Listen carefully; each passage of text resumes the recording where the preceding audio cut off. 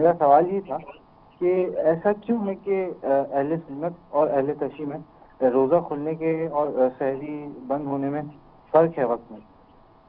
فرق پوچھ رہے آپ جو کچھ منٹ کا جو آگے پیچھے ٹائم ہے؟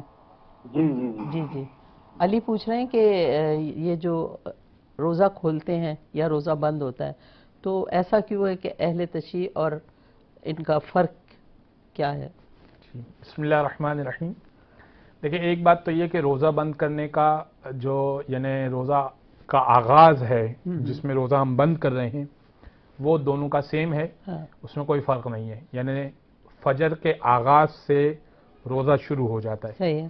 ہم 10 منٹ احتیاطاً یعنی فقہ جعفریہ والے 10 منٹ احتیاط کرتے ہوئے پہلے بند کر دیتے. اور اہل سنت کا مجھے اندازہ نہیں ہے کہ وہ 10 منٹ پہلے احتیاط کرتے ہیں. یعنی ہم اس لیے احتیاط کرتے ہیں کہ منہ میں کوئی غذا نہ رہ گئی ہو، فجر کا وقت بالکل داخل نہ ہو گیا ہو، اس لیے 10 منٹ کی احتیاط ہم اپنے اوپر لازم سمجھتے ہیں. اگر کوئی احتیاط نہیں کرتا 5 منٹ کی بھی احتیاط کرتا ہے تو کوئی مسئلہ نہیں ہے مسئلہ. یعنی اس کو یہ یقین حاصل ہونا چاہیے.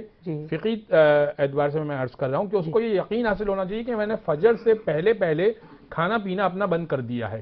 بس یہ کیلنڈر پہ جو 10 منٹ کا فرق ہے وہ اس وجہ سے ہے. ورنہ اصل روزہ تو فجر پہ شروع ہوتا ہے جو اہل سنت کا بھی ہے اور اہل تشیع کا بھی ہے. اب جو مسئلہ پیش آتا ہے وہ مغرب کا ہے. مغرب پہ دونوں کا روزہ کھلتا ہے. سوال یہ کہ مغرب کب ہوتی ہے؟ اہل تشیع اور اہل تسنن دونوں میں آیت کی تفسیر کا فرق ہے اور وہ آیت یہ ہے اتم الصیام الی اللیل، قرآن کی آیت ہے کہ اپنے روزے کو تمام کرو رات تک اپنے روزہ رکھو. اچھا. اہل سنت کہتے ہیں کہ رات شروع کب ہوتی ہے؟ سوال یہ کہ رات کب ہوتی ہے؟ سورج کی پہلی کرن ڈوبنا شروع ہو تب رات ہوتی ہے یا سورج کی آخری کرن ڈوبے تب رات ہوتی ہے؟ ٹھیک ہے.